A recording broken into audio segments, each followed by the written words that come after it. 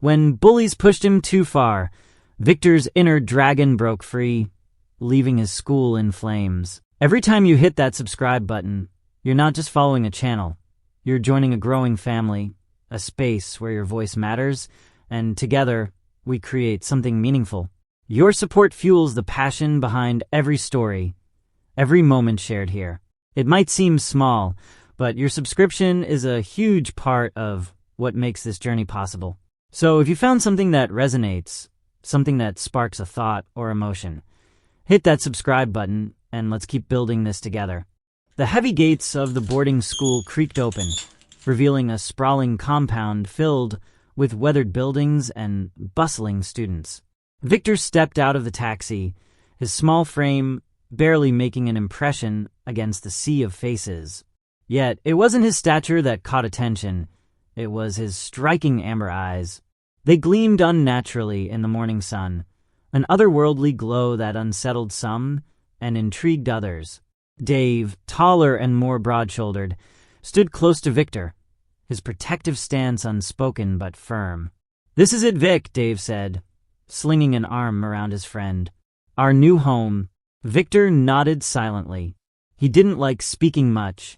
His words always felt heavy, as though they carried more weight than they should. The murmurs began as soon as they stepped past the gates. "Who's the new guy? Look at his eyes. Creepy, but kinda cool. Bet the girls will swarm him." Victor ignored the whispers, but he could feel their stares burning into his back. Dave noticed too and gave him a reassuring nudge. "Don't worry about them," he muttered. "Just stick with me." Their dormitory was cramped and smelled of damp clothes and sweat. The bunks were arranged in tight rows, and Victor's assigned bed was at the far corner. As they unpacked, a group of boys sauntered in, their laughter filling the room. At the center of the group was Femi, a broad-shouldered boy with a cocky grin. His presence commanded attention. He was clearly the kingpin. Femi's gaze landed on Victor. He tilted his head, studying him like a predator sizing up prey. Well, what do we have here?" he said, loud enough for everyone to hear. "A pretty boy with shiny eyes. What's your name, new kid?" Victor hesitated, but Dave stepped in. "His name's Victor, and mine's Dave. Got a problem?" The room fell silent. Femi smirked, unfazed. "Relax, big guy. Just making friends." His eyes flicked back to Victor. "Hope you can handle yourself here, 'cause looking like that," he gestured at Victor's eyes, "you'll need it." The group burst into laughter as they walked away, leaving Victor and Dave to settle in.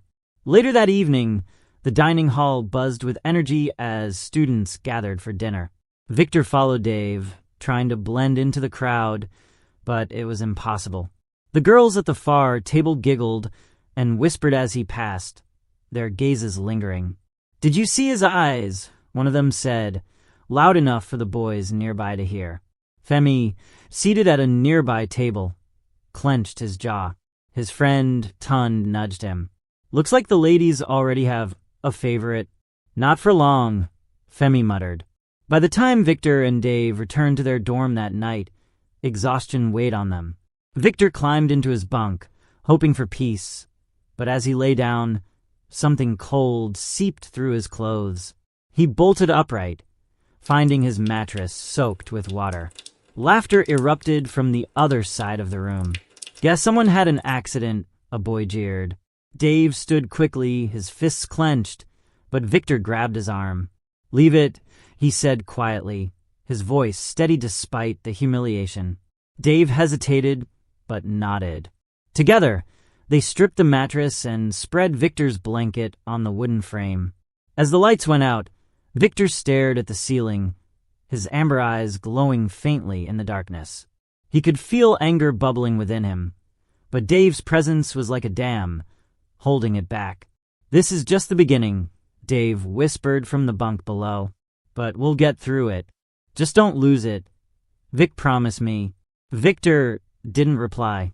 He couldn't. Deep down, he wasn't sure how much he could take. Victor's second week at the boarding school began with the unsettling weight of dread. The thin mattress on his bunk offered little comfort after a sleepless night. He kept replaying Femi's smug grin and the mocking laughter of the other boys. Dave noticed the dark circles under Victor's eyes, but didn't press. Dave always knew when to speak and when to let the silence breathe. The morning bell rang, signaling the start of chores. As Victor grabbed the broom assigned to him, he noticed Femi lounging near the doorway with his gang. Bayo a tall, wiry boy with a wicked smirk, and Sei, stocky and unyielding like a wall. They were known for their cruelty, and now Victor had become their target. "You missed a spot, pretty boy," Femi sneered, pointing at an already spotless corner. His gang burst into laughter. Victor clenched his fists but said nothing. He had learned quickly that silence was his shield, though it did little to deter their taunts. Later that evening, Victor returned to his bunk, hoping for some rest, only to find his mattress soaked. A wet puddle spread across the fabric, reeking of something foul. Femi's gang snickered from the corner of the room. "What's wrong, Victor? Did you wet the bed?" Bayo jeered. Victor's amber eyes flickered with suppressed rage, but he turned away, grabbing a rag to clean up the mess. Dave appeared by his side, his hand firm on Victor's shoulder. "Let it go," Dave whispered. "It's not worth it." But Victor's frustration simmered. That night, as he lay on the damp mattress, his first mark glowed faintly red. Dave noticed it and stayed up, his presence a quiet reassurance. The next day in the cafeteria, the torment escalated. Victor's tray of food was snatched from his hands by Sei. "Guess you're not hungry," Sei said, stuffing a spoonful of rice into his mouth. The room erupted in laughter as Femi joined in, smacking the tray out of Sei's hand for dramatic effect. Victor stood frozen, his heart pounding as humiliation washed over him. He left the cafeteria without a word, the second mark on his neck faintly visible under the collar of his uniform. Dave found him later, sitting under a tree behind the school building. "Victor, you need to breathe. Don't let them win," Dave urged, his voice steady. Victor nodded, but the anger bubbling inside him felt uncontrollable. The breaking point came that Friday evening. After meticulously washing and ironing his uniform for the next day, Victor hung it neatly by his bed. He felt a small sense of accomplishment, a rare moment of control in the chaos of his life. But when he returned from evening prep, his uniform was gone. Instead, he found it crumpled in a corner, covered in mud and scribbled with permanent marker. Words like weakling and pretty boy defaced the fabric. The laughter echoed before he even turned around. Femi stood there, holding a marker like a trophy. "Oops. I thought it needed some character," Femi said, grinning. Victor's vision blurred. The humiliation, the endless taunts, and the sheer cruelty all crashed down on him. His first and second marks glowed bright red, pulsing like embers. Dave immediately stepped in, placing both hands on Victor's shoulders. "Victor, look at me. Breathe. They're not worth it," Dave said firmly, his eyes searching Victor's face. Victor's breathing was ragged, but the glow of the marks began to fade under Dave's calming presence. Femi noticed nothing, too busy reveling in his handiwork. For Victor, the moment was a battle within, a clash between the dragon's wrath and his fragile control. And though he won this time, he knew the marks were a warning. One more push, and he might not be able to stop what came next. That night, as Victor lay awake, staring at the ceiling, he made a silent vow. He didn't know how he would survive, but he couldn't let Femi and his gang destroy him. Yet deep down, he feared the beast lurking within him even more than the bullies outside. The sun hung low as Victor slumped on his bunk bed, his amber eyes dulled with exhaustion. Another day, another barrage of torment. His clean uniform had been smeared with mud that morning, courtesy of Malik, the self-proclaimed kingpin of the bullies. Victor had barely stepped into the dorm when he found his provisions, a tin of powdered milk and a packet of biscuits, dumped on the floor, crushed beyond salvage. Malik and his crew, Cunnel and Emeka laughed boisterously from the corner, their smug faces lit with malicious glee. "You're so tiny, Victor. Maybe if you ate more, you'd grow," Malik sneered, kicking the crumpled biscuit packet toward him. Victor clenched his fists, his small frame trembling. Dave's hand rested on his shoulder, grounding him. "It's not worth it," Dave muttered, his tone steady but urgent. Victor took a deep breath and bent to clean up the mess. The other boys jeered as he gathered the ruined food into a plastic bag. Inside, a storm brewed. That evening, as the dormitory lights dimmed, Victor climbed into his bed, ready to escape the day in sleep. The icy dampness hit him instantly. Someone had poured water over his mattress again. A wave of laughter erupted from Malik's corner. "Oops. Must have been a leak," Malik taunted, his voice dripping with mockery. Victor stared at the wet sheets, his vision blurring with anger. He wanted to lash out, to scream, but Dave appeared at his side, his presence like a calming anchor. "Let's fix it," Dave whispered, pulling Victor toward the laundry area. As they wrung out the soaked sheets in silence, Victor's hands trembled, his fury bubbling beneath the surface. A faint glow flickered on his neck, one of the marks. Dave noticed immediately. "Victor," he said firmly, gripping his arm. "Focus. Don't let them win." Victor nodded, though his rage simmered dangerously close to boiling over. The following day was no better. Malik and his crew escalated their attacks. During lunch, they snatched Victor's plate, leaving him to watch as they devoured his food. "You weren't hungry anyway, were you?" Emeka mocked, shoving the empty plate back at him. In class, Malik kicked Victor's chair repeatedly, causing him to stumble every time he tried to sit. The teacher ignored it, oblivious or unwilling to intervene. The final straw came during evening prep.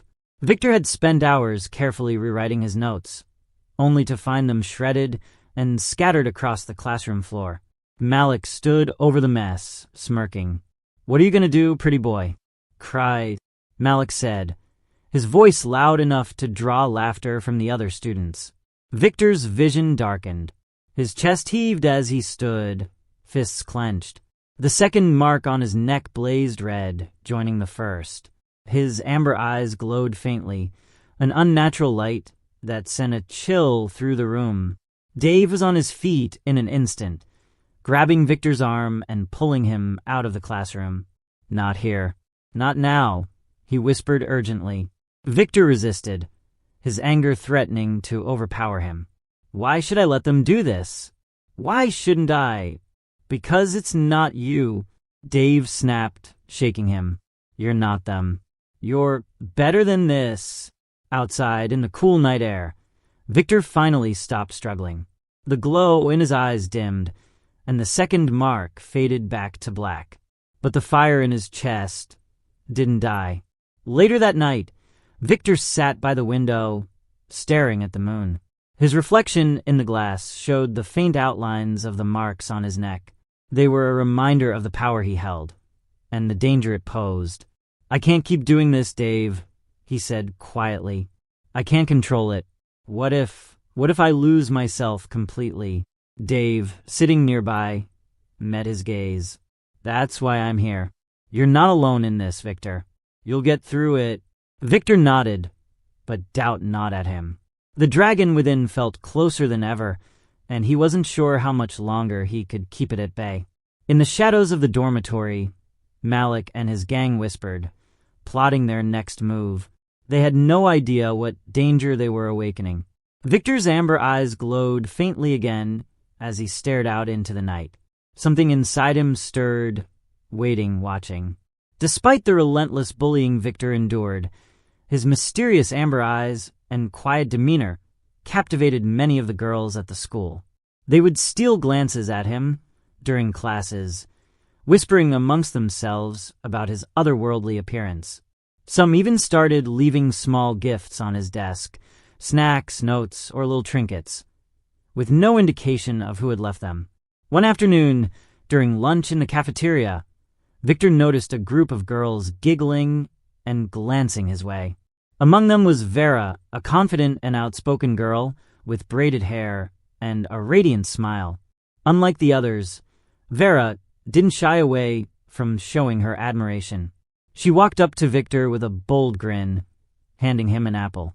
"For the most handsome guy in this school," she said, ignoring the snickering boys nearby. Victor hesitated, but accepted the apple with a polite nod. "Thank you."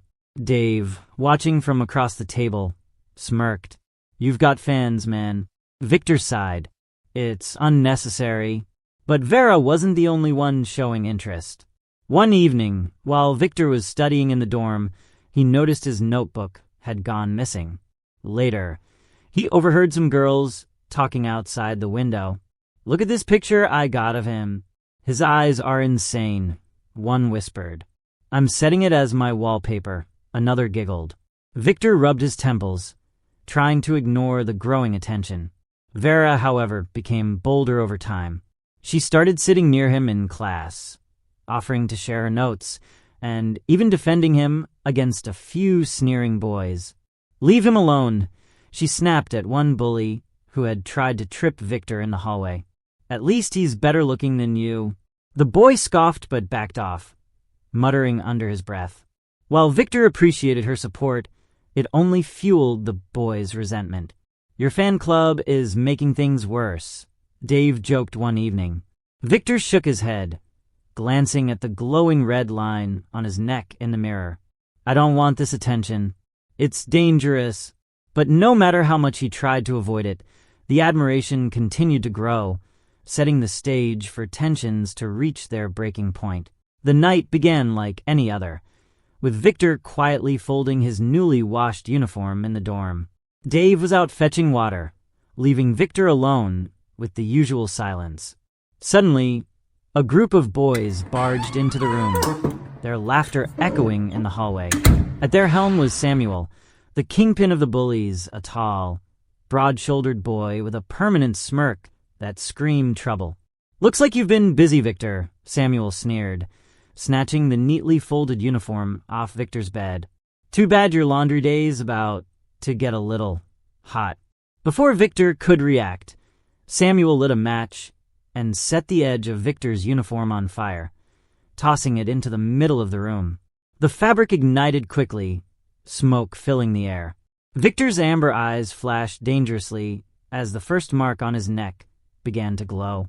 "Stop," he said, his voice trembling with suppressed rage. But the boys only laughed harder. "What are you going to do?" "Cry about it," another bully jeered. One boy kicked over Victor's box of provisions, scattering biscuits and Gary across the floor. Another emptied a bucket of water onto his bed, soaking the mattress. The second mark on Victor's neck lit up, pulsing with a deep red hue. His breaths grew heavy as his fists clenched. He tried to remember Dave's words, "Stay calm, don't let them win." But when Samuel grabbed a photo of Victor's parents from his desk and tore it in half, something inside Victor snapped. The third mark flared to life, glowing as brightly as embers in a furnace. A deafening roar erupted from Victor's throat, shaking the very walls of the dorm. His body convulsed, his skin blazing with heat as scales began to ripple across it. In an instant, the small, quiet boy was gone. Towering in his place was a monstrous dragon, its amber eyes glowing like molten gold. Its massive wings unfurled, scraping against the ceiling, and its tail swung with enough force to shatter the bunk beds. The bullies screamed, scrambling for the door, but the dragon wasn't letting them escape so easily. It unleashed a torrent of fire, engulfing the room in an inferno. Samuel and his gang barely made it out, coughing and singed as the flames licked at their heels. The dragon smashed through the dorm's walls, its claws tearing through wood and concrete like paper. Flames erupted in its wake, consuming everything in sight. The once lively hostel descended into chaos as students fled, their screams echoing across the campus. Dave rushed back, horrified at the devastation. "Victor!" he shouted, but the dragon didn't respond. Its rage was uncontrollable, its fiery breath reducing entire sections of the building to rubble. Samuel and his crew, now huddled outside, watched in terror as the dragon locked its glowing eyes. It roared, a wall of fire erupting in their direction, searing their clothes and leaving them with painful burns. Their belongings, bags, books, and clothes were consumed by the blaze. In the midst of the chaos, Vera appeared, her face pale but resolute. Unlike the other girls who had fled in terror, she stood her ground, tears streaming down her face. "Victor, stop!" she cried, stepping into the dragon's path. The massive creature hesitated, its fiery gaze fixed on her. Vera's voice broke as she continued, "I know you're in there. Please don't do this. You're not a monster." The dragon growled, its breath hot and sulfurous, but it didn't move. Vera took a step closer, trembling but determined. "I care about you, Victor. You don't have to fight this alone. Come back to me." As she spoke, the dragon's rage began to waver. The glowing marks on its neck dimmed slightly, and its massive form seemed to shrink. Victor's feelings for Vera, feelings he had never dared to express, fought against the overpowering fury of the dragon. Finally, with a guttural roar, the dragon collapsed onto the ground, its form dissolving into flames that faded into the night.